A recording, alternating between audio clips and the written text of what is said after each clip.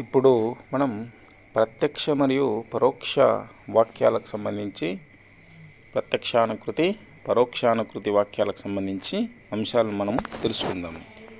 వాక్యంలో చెప్పదలచినటువంటి విషయం చెప్పడం పూర్తయిన తరువాత అని చెబుతాము. అలా చెప్పే వాక్యాలని అనుకృతి వాక్యాలు అంటారు. అంటే వాక్యంలో ఏదైనా చెప్పదలచినటువంటి విషయం చెప్పడం పూర్తయిన తరువాత అని చెబుతాము. అలా చెప్పే వాక్యాలనే అనుకృతి వాక్యాలు అంటారు. అని ఏ వాక్యంలో అయితే పదం ఉపయోగిస్తామో దాన్ని అనుకృతి వాక్యాలు అని చెప్పడం జరుగుతుంది. ఈ అనుకృతి వాక్యాలు రెండు రకాలు. అవి ఏమేమిటి అంటే, ఒకటి ప్రత్యక్షానుకృతి, రెండోది పరోక్షానుకృతి. ఇంకా ప్రత్యక్షానుకృతికి సంబంధించినటువంటి మనం తెలుసుకుంటే,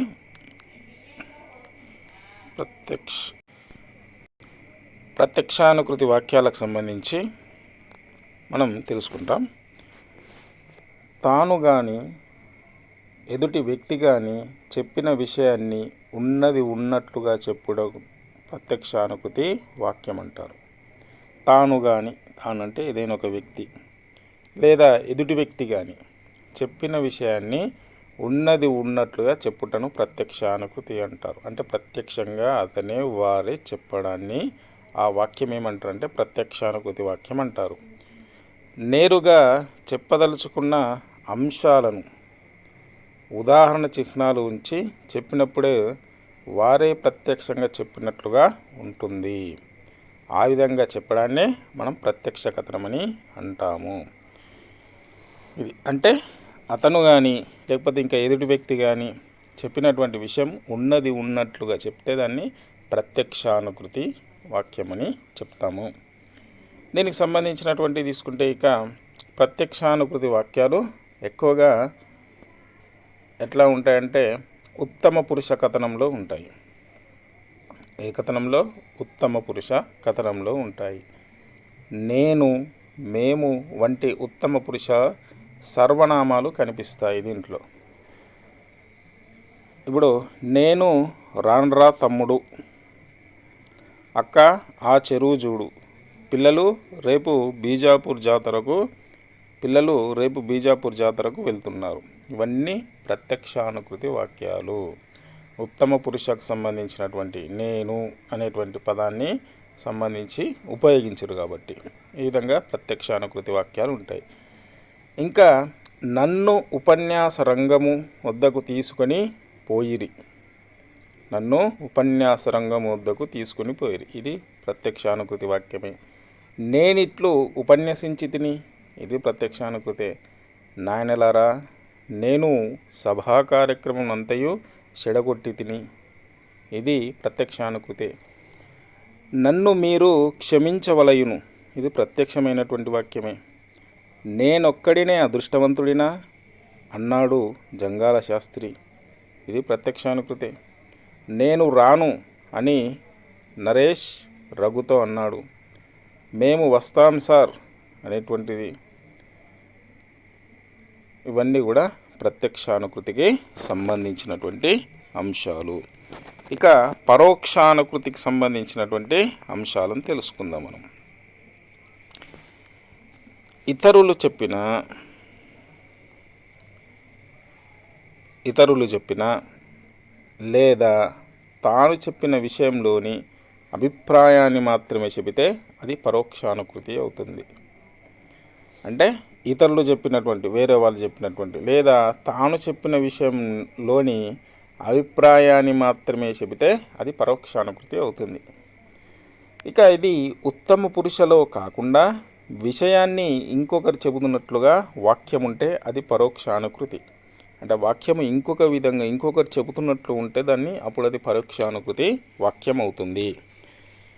ఈ వాక్యాలలో ఉద్ధరణ చిహ్నాలు ఉపయోగించాల్సిన అవసరం లేదు. ఓకే, ఈ వాక్యాల్లో అలాంటి ఏమీ అవసరం లేదు. ఉదాహరణకు తీసుకుంటే, నరేష్ తాను రానని రఘుతో అన్నాడు, ఇది పరోక్షానుకృతి వాక్యం. నరేష్ ఏం చెప్తాడు? తాను రానని రఘుతో అన్నాడు. ప్రధానోపాధ్యాయుడు చెప్పినట్లుగా చేస్తామని పిల్లలు అన్నారు. ప్రధానోపాధ్యాయుడు చెప్పినట్లుగా చేస్తామని పిల్లలు అన్నారు.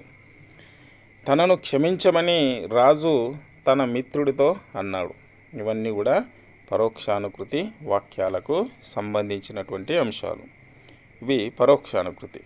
ఇక ప్రత్యక్ష పరోక్ష కథనాలు ఏ విధంగా ఉన్నాయో కొన్ని మనం ఉదాహరణలు చూద్దాం. ఒక 2-3 ఉదాహరణలు చూద్దాం.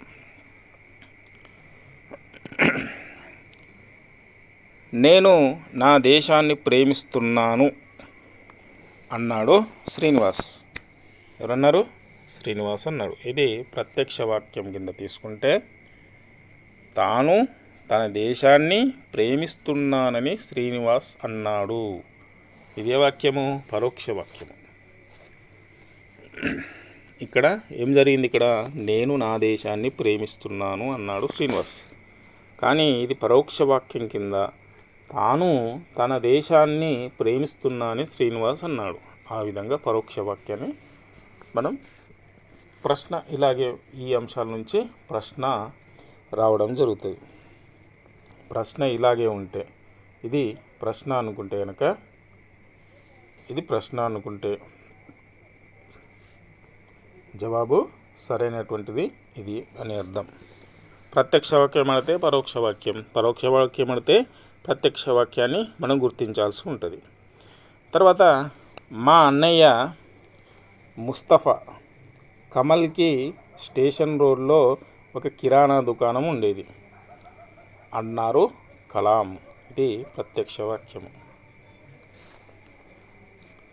ఇక్కడ తమ అన్నయ్య ముస్తఫా కమల్కి స్టేషన్ రోడ్లో ఒక కిరాణా దుకాణం ఉండేదని కలాం అన్నారు. అట్లా ఇది పరోక్ష వాక్యం. ఇది ఇవన్నీ కూడా ప్రత్యక్ష మరియు పరోక్ష వాక్యాలకు సంబంధించే. నాకు ఈరోజు ఆరోగ్యం బాగలేదు అని రవి చెప్పాడు. తనకు ఈరోజు ఆరోగ్యం బాగలేదని రవి చెప్పాడు. ఇట్లా పరోక్ష వాక్యాలను ప్రత్యక్ష వాక్యాన్ని మనం పరోక్ష వాక్యానిగా గుర్తించాల్సినటువంటి అవసరం ఉంటుంది. ఎక్కువ కష్టపడాల్సినటువంటి అవసరం లేదు. చిన్న టెక్నిక్తో చూడాలి. ఇక్కడ తాను కలుస్తుందా, తమ కలుస్తుందా, అతను కలుస్తుందా, లేక ఇంకేం కలుస్తుంది అనేది మనం కొద్దిగా గమనించాలి. ఒక్కొక్కటి చూద్దాం. ఇంకొకటి, వ్యక్తికి బహువచనం శక్తి అని శ్రీశ్రీ రాశాడు. ఇది ప్రత్యక్ష వాక్యం అయితే దీని పరోక్ష వాక్యం వ్యక్తికి బహువచనం శక్తిని శ్రీశ్రీ రాయడం జరిగింది. ఇది పరోక్ష వాక్యం. చిన్నప్పటి నుండి నాకు బోటనీ అభిమాన విషయం అన్నాడు రచయిత. చిన్నప్పటి నుండి తనకు బోటనీ అభిమానం విషయమని రచయిత అన్నాడు. బోటనీ ఏమంటే బాటనీ అనేటువంటి సబ్జెక్ట్ అనుకుందాం. బాటనీ అనేటువంటి సబ్జెక్ట్, ఆ విషయం అనేది ఇష్టమని చెప్తున్నాడు. డైరెక్ట్ ప్రత్యక్ష వాక్యం. పరోక్ష వాక్యం ఈ విధంగా ఉంది. ఇవి ప్రత్యక్ష మరియు పరోక్ష వాక్యాలకు సంబంధించినటువంటి అంశాలు. దీంట్లో ప్రత్యక్ష వాక్యం కావచ్చు, పరోక్ష వాక్యం కావచ్చు, ఏదైనా ఒకటి ఇచ్చి ఇంకొక దానిని గుర్తింప చేయమని ఇస్తాడు. జాగ్రత్తగా గుర్తించాలి.